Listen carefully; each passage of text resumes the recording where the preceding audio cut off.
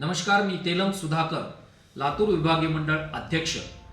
आज आपण विशेष गरजा असणाऱ्या दिव्यांग विद्यार्थ्यांना 10वी-12वीच्या परीक्षेमध्ये कोणत्या प्रकारच्या सवलती दिल्या जातात याविषयी थोडक्यात बोलणार आहोत।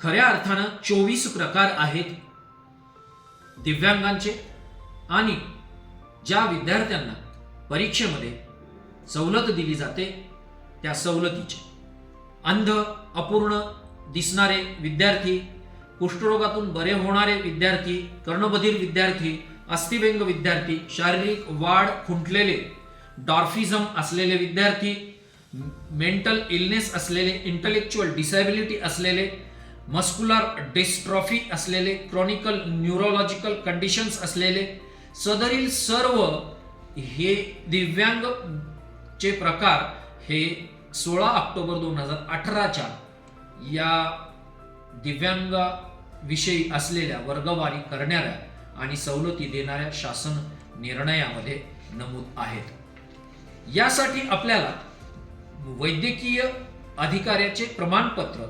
असल्यानंतर लेखनिकाची गरज असल्यास त्याला परवानगी देण्याचे अधिकार हे लातूर विभागीय मंडळाकडून आपण प्राचार्यांनी परीक्षा सुरू होण्यापूर्वीच घ्यावेत। तथापि काही बाबींमध्ये विद्यार्थ्यांना आवश्यकतेनुसार आणि ऐनवेळी केंद्र संचालक यांचेकडून अपवादात्मक परिस्थितीमध्ये, आवश्यक परिस्थितीमध्ये, अनिवार्यतेमध्ये वैद्यकीय अधिकाऱ्याच्या प्रमाणपत्रासह विभागीय मंडळाकडून कार्योत्तर मान्यता घेऊन लेखनिक देण्याची आणि परीक्षेला परवानगी देण्याची ही सोय करण्यात आलेली आहे।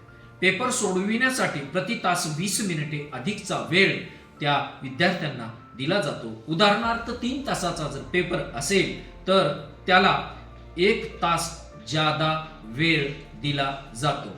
विद्यार्थ्याच्या सोयीच्या नुसार आणि आवश्यकतेनुसार त्याला जवळचे परीक्षा केंद्र बदलून घ्यायचे असेल तर यापूर्वीच त्या मुख्याध्यापकांनी शाळेच्या ते बदलून घेण्यासाठी अर्ज करणे आवश्यक आहे। आकृत्या नकाशे काढते वेळी सुद्धा त्याला सवलत दिली जाते।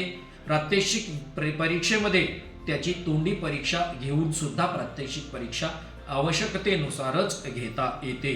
त्याला गरज असेल आणि त्याला प्रात्यक्षिक करता येत नसेल तर प्राचार्यांना ते अधिकार देण्यात आलेले आहेत। दिव्यांगाविषयीचे जास्तीत जास्त अधिकार हे प्राचार्य, केंद्रप्रमुख यांनी ऐनवेळी, आयत्या वेळी, आवश्यकतेनुसार निर्णय घेण्याची मुभा त्यांना देण्यात आलेली आहे। मुलांसाठी स्पेलिंग, व्याकरण, विरामचिन्हे, चुकांबद्दल गुणदान कमी करण्यात येत नाही आणि विद्यार्थ्यांसाठी काही आवश्यक सवलतीचे गुण सुद्धा या दिव्यांग विद्यार्थ्यांसाठी दिले जातात। दिव्यांग विद्यार्थ्यांना या मार्च 2026च्या परीक्षेसाठी खूप खूप शुभेच्छा। बोर्ड आपल्या सोबत आहे। आपण कॉपीमुक्त आणि भयमुक्त परीक्षा द्यावी आणि उज्ज्वल भारताचं भविष्य घडवण्यासाठी आपला योगदान द्यावे ही आपणा सर्वांना विनंती। थँक्यू, धन्यवाद, थँक्स अ लॉट।